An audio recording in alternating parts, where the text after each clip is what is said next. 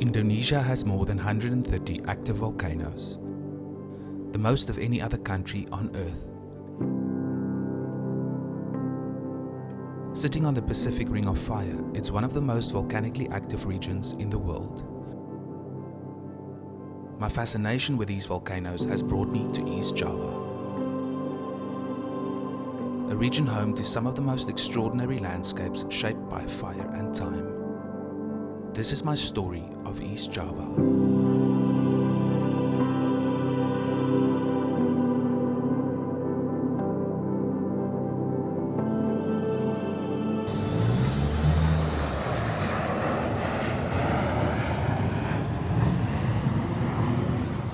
My journey begins as I arrive at the domestic terminal of Bali's airport, feeling a bit unsure of what's lying ahead. Number 3. Makasih, thank you. The flight to Surabaya is approximately 1 hour. I stop for a quick bite at Revolver, one of my Bali favorites.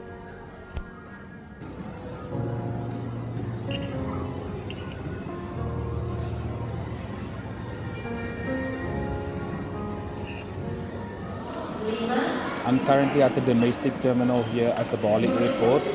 I'm about to do a trip that I've been dreaming of for a very long time. I'm going to be flying off to Surabaya in a couple of hours. And then for the next 4 days, we're going to be exploring East Java. I'm super excited to finally get to do this. The last time I was in Bali, I tried to do the Java trip, but unfortunately it just didn't happen. So this time I'm super excited to finally be off to East Java to explore some of the most incredible landscapes in the world. So there's going to be very little sleep for the next few days. The plan is to start in Surabaya tomorrow. Then we're going to head down to Tumpak Sewu, after which we're going to do a sunrise trip to Mount Bromo, one of the most active volcanoes in Indonesia. And then we're going to be ending off, night number 3, we're going to be ending off at Mount Ijen. So yeah, we've been having really bad weather for the last 2 weeks or so. So I'm really hoping for some good weather, but we're going to take it as it comes. I'm super excited to finally be doing this trip. After breakfast, I head to the Concordia Lounge to wait for my flight. It's a comfortable space, and I take some time to enjoy fresh fruit.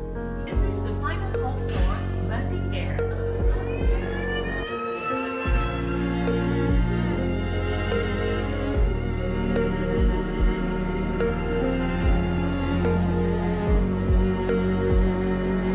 Then it's time to board. As we head to Surabaya, a wave of emotion hits me. This is a journey that I've been dreaming of for years.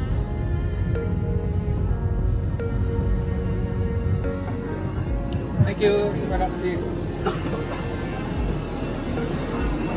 Surabaya is the second largest city in Indonesia, and the size and the pace of the airport makes it clear. Hello. Jakub. There's not much to see in Surabaya as I'm staying on the outskirts away from the city centre.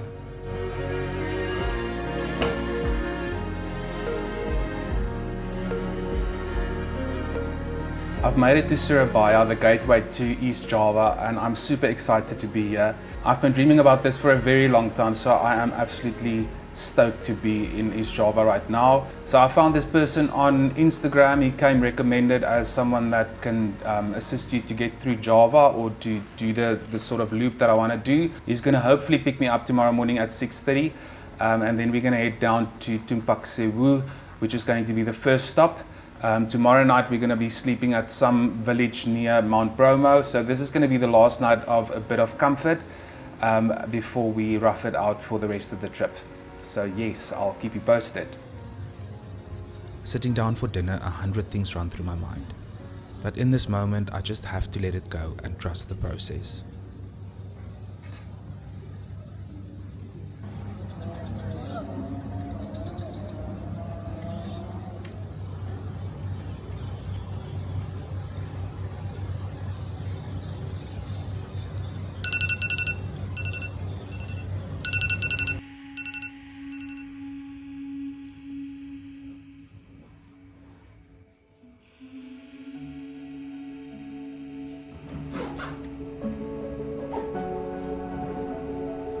It's just after I think just after 5 o'clock right now. I'm gonna be finishing up, packing up my stuff, and then I'm gonna head down, and then we're gonna get this thing started. So yes, let's do it.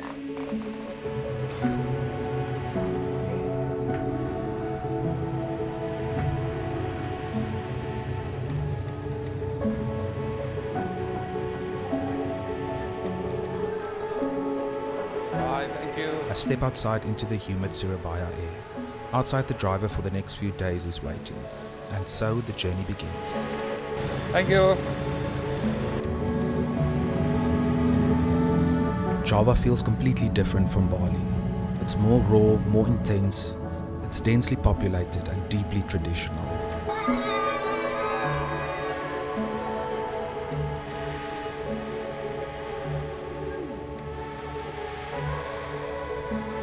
So after 5 hours of driving, we just arrived to Tumpak Sewu. This is the most famous waterfall in Indonesia. It's a world famous waterfall, so I'm going to put the camera in the dry bag and take out the GoPro.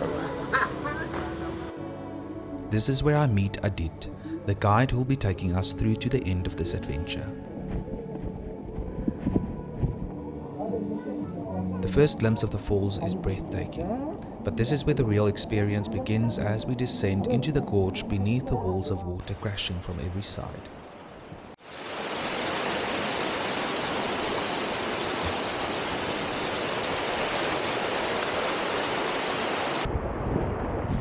I simply cannot explain what it feels like to stand beneath Tumpak Sewu. It's something you have to just experience. Man, this is cool. Oh.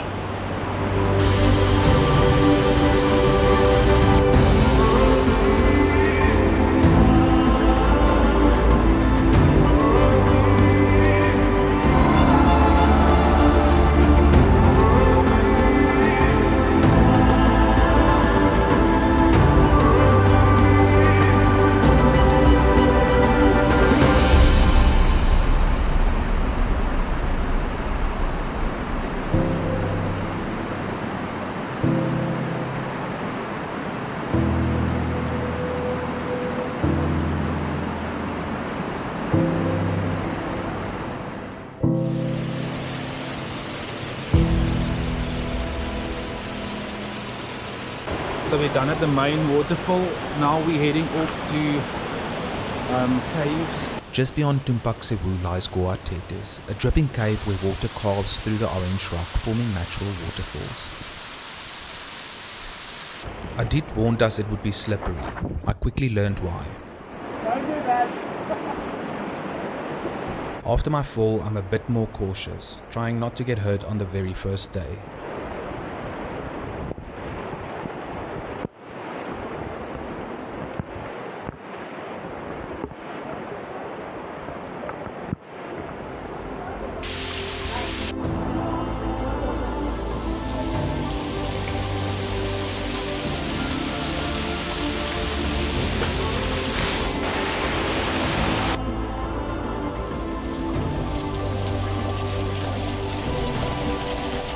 Water is coming at you from every angle.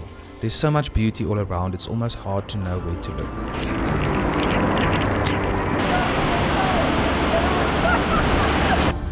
So we made it back to the top again. That was absolutely amazing to see. Now we're heading off, grabbing some lunch, and then we're going to take the road or hit the road to Mount Bromo. So we'll be sleeping close to Bromo tonight, and then I think at 2 o'clock tomorrow morning we start heading to the sunrise point. A late lunch gives me a chance to connect with some of the other travelers. This is what I love about traveling, meeting people from all walks of life. The road ahead is long, but the driver tries to keep the mood up with some intense music. We finally arrive at our accommodation for the night. So after a very long day, I am at my homestay at Bromo, or about 30 minutes from Bromo. It's about 10 o'clock now. I need to get to bed because we need to be up in 3 hours. before the Jeep comes, and we're going to head down to the viewpoint first, and then hopefully get to, if the weather allows it, get to go up the crater. So I will see you tomorrow morning.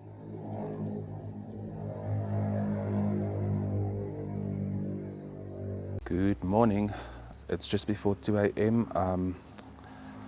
I'm gonna be walking up now to wait for the Jeep, and then we're gonna head down to, or up rather, to the viewpoint to see the sunrise over Bromo. Jeeps roll by one after another, with locals guiding them, a way of life shaped by Mount Bromo's presence.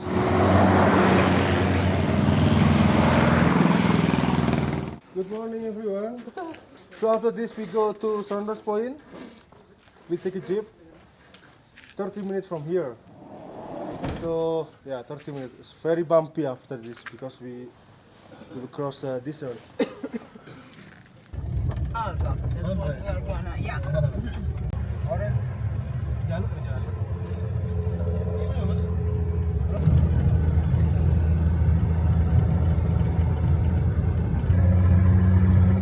Driving up this hill, I actually cannot believe that I'm really here. Bromo has 4 sunrise points. This is the first sunrise point.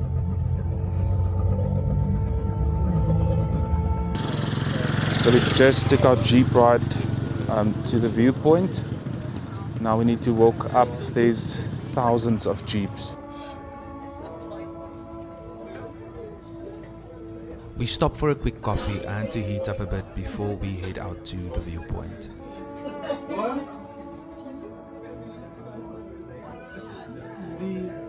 Depends.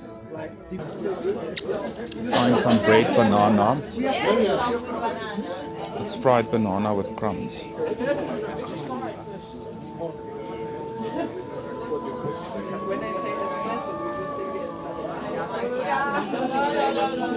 It's like a donut.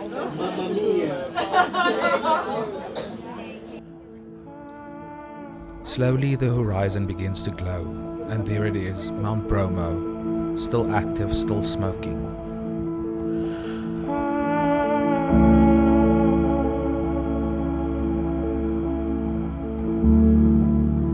From this spot you can see a whole line of volcanoes stretching across the horizon. Batok with its perfect cone, Semeru towering in the distance, but it's Bromo, quietly smoking in the middle, that feels like the heart of it all.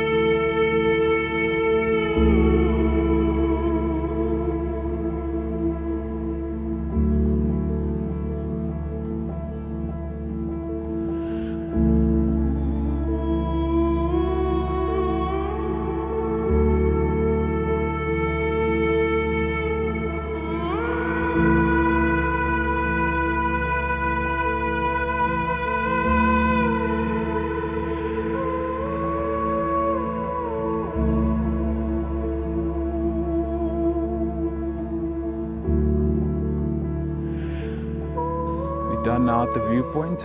Now we're heading down back to the Jeep, and then we're gonna go to the crater of Bromo. It's absolutely beautiful. I'm actually super happy.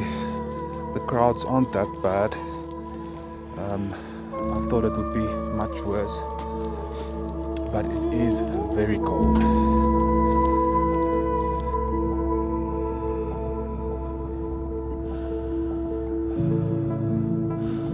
My heart pounds in my chest as I think of how many times I pictured this moment. And now here it is, more surreal than I ever imagined.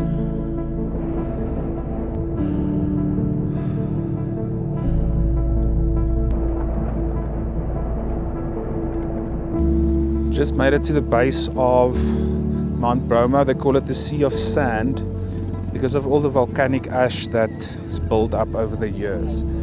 The last big eruption of Bromo was in 2016, I think.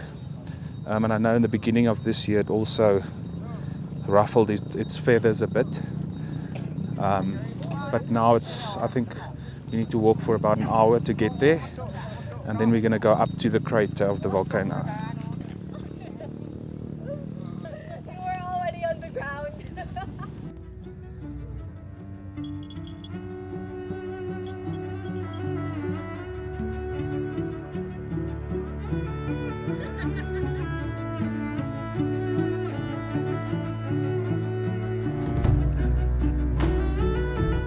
I make my way across the sea of sand, surrounded by horses and riders moving through the vast landscape.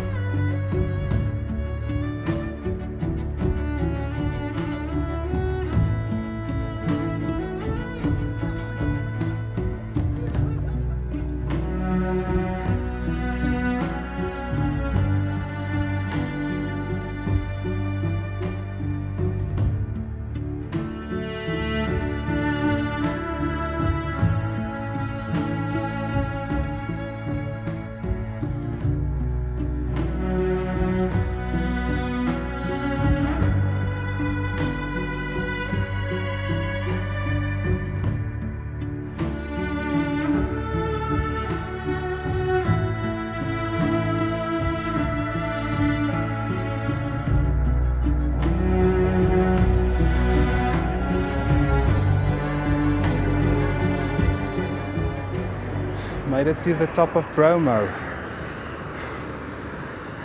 This is absolutely insane. I have to say, you are fully aware that this thing can go poof at any moment. But it is absolutely incredible to see. The smell that's coming from this thing, I'm not gonna lie, this is super scary. Yeah. The rumble of the volcano reminds me just how small and fleeting we really are.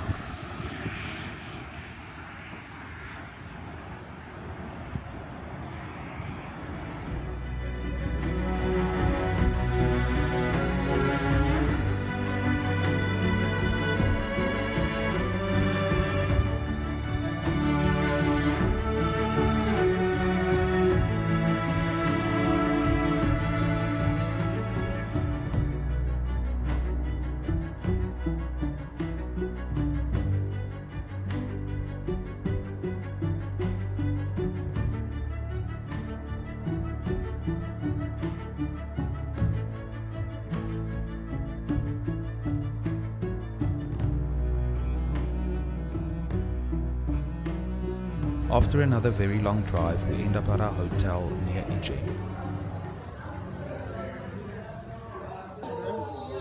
You can swim. There is they have here. Don't forget 11 check out. After a very long day, just arrived in a hotel. I'm not even sure where exactly. I am extremely tired. It's just after or just before 4 o'clock right now. So I'm gonna try and get some sleep because tonight at 11 we're gonna do it all over again. See you again tomorrow. So it's 10:30 right now.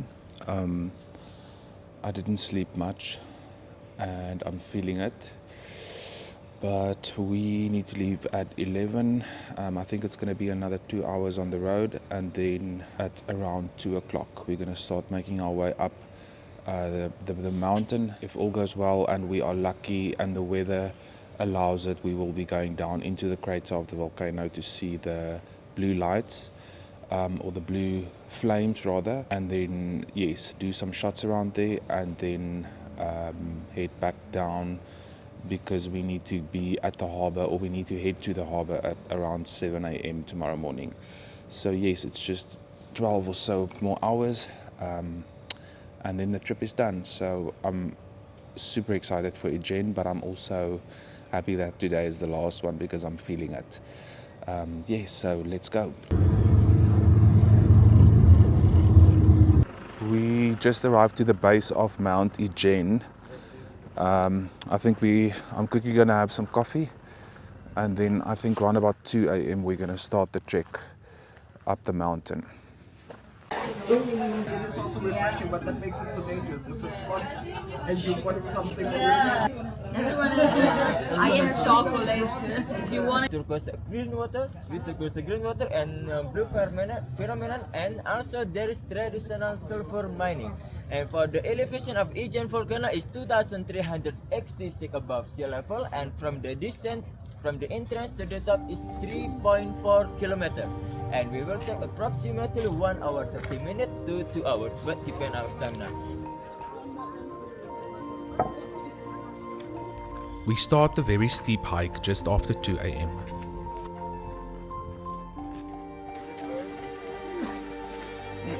This is now checkpoint number 3. Number 3. Some locals offer to pull visitors up the mountain in carts, a helping hand when the climb gets too tough. I don't know how they do it, I can barely get myself there. Checkpoint number 4.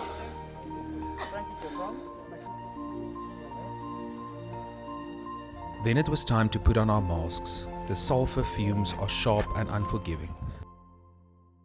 The miners at Ijen face harsh conditions daily, showing incredible strength and resilience.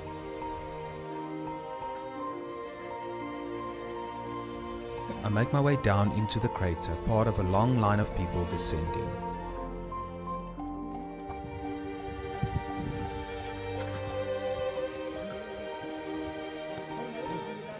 At night, the crater lights up with blue flames, a rare and mesmerizing natural phenomenon caused by burning sulfur gases.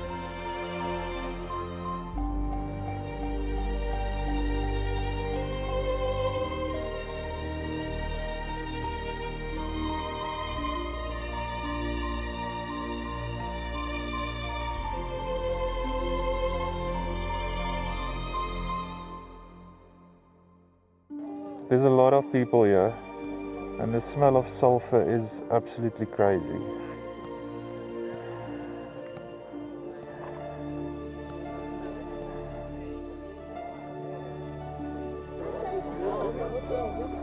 Just look at all the people coming down from the top of the mountain into the crater. As the sun rises, I'm completely blown away by the wonder that is Ijen.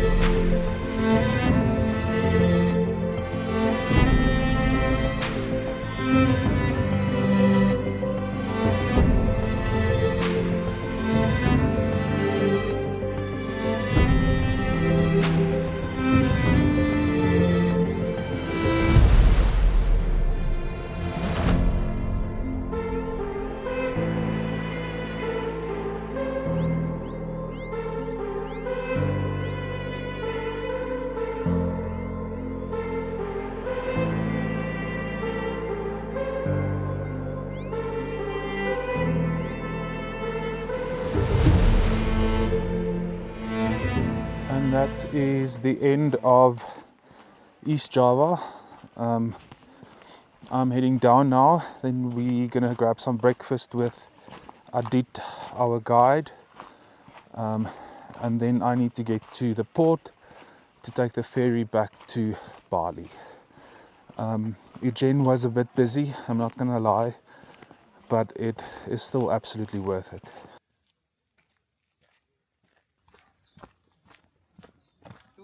200. Yeah, thank you. Okay, welcome. This hike is busy kicking my butt.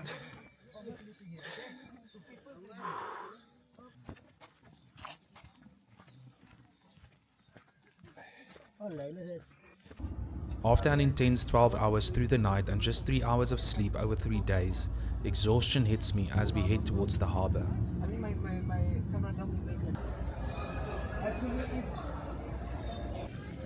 I leave East Java with a full heart, carrying memories that will stay with me for the rest of my life.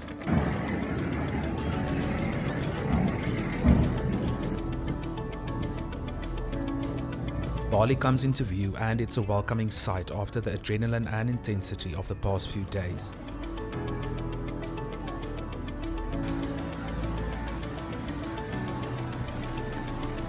As I reflect over the past few days, I wonder how I managed to do it all. And once again I remind myself, if you're scared to do something you're dreaming of, do it anyway.